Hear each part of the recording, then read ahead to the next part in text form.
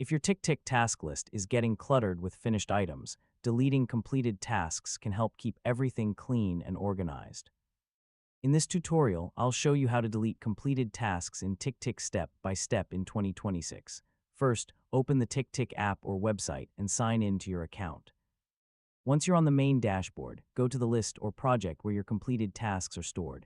Next, look for the completed or finished tasks section.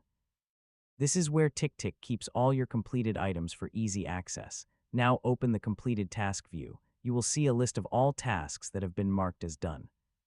To delete a single task, tap or click on it, then select the delete option from the task menu.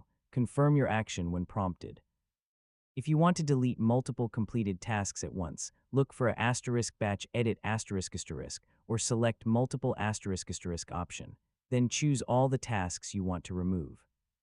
After selecting them, click the delete or trash icon to permanently remove them from your list. In some cases, TickTick may first move deleted tasks to a trash folder. If so, you may need to empty the trash to permanently clear them. If you don't want to delete tasks permanently, you can simply hide completed tasks instead by adjusting your list view settings.